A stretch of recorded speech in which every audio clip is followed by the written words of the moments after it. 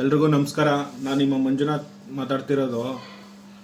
ಈ ಏನಪ್ಪ ವಿಷಯ ಅಂದರೆ, ಈ ನಾನ್ ವೆಜ್ ಫ್ಯಾಮಿಲಿ ಪ್ಯಾಕ್ನ ಸುಮಾರು ಜನ ಟೇಸ್ಟ್ ಮಾಡಿದ್ದೀರಾ, ತರಿಸ್ಕೊಂಡಿದ್ದೀರಾ, ಆರ್ಡ್ರ್ ಮಾಡಿದ್ದೀರಾ, ತಂದು ಕೊಟ್ಟಿದ್ದೀವಿ, ಒಳ್ಳೆ ಫೀಡ್ಬ್ಯಾಕ್ ಕೊಟ್ಟಿದ್ದೀರಾ. ಬಟ್ ಆದರೆ ಯಾವುದೂ ರಿಪೀಟ್ ಆಗ್ತಿಲ್ಲ. ಯಾಕೆ ಅಂತ ಗೊತ್ತಾಗ್ತಿಲ್ಲ.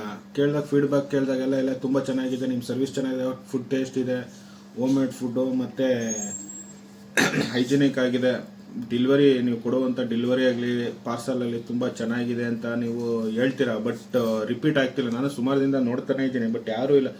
ಒಬ್ಬರೋ ಇಬ್ಬರು ಮಾತ್ರ ನಮಗೆ ರೆಗ್ಯುಲರಾಗಿ ಕಸ್ಟಮರ್, ಅವರು ವೀಕ್ಲಿ ಒನ್ ಟೈಮ್ 2 ಟೈಮ್ ಇದು ಮಾಡ್ತಾರೆ. ಇನ್ನು ಮಿಕ್ತವ್ರಿಗೆ ಏನು ಅಂತ ನನಗೆ ಗೊತ್ತಾಗ್ತಿಲ್ಲ.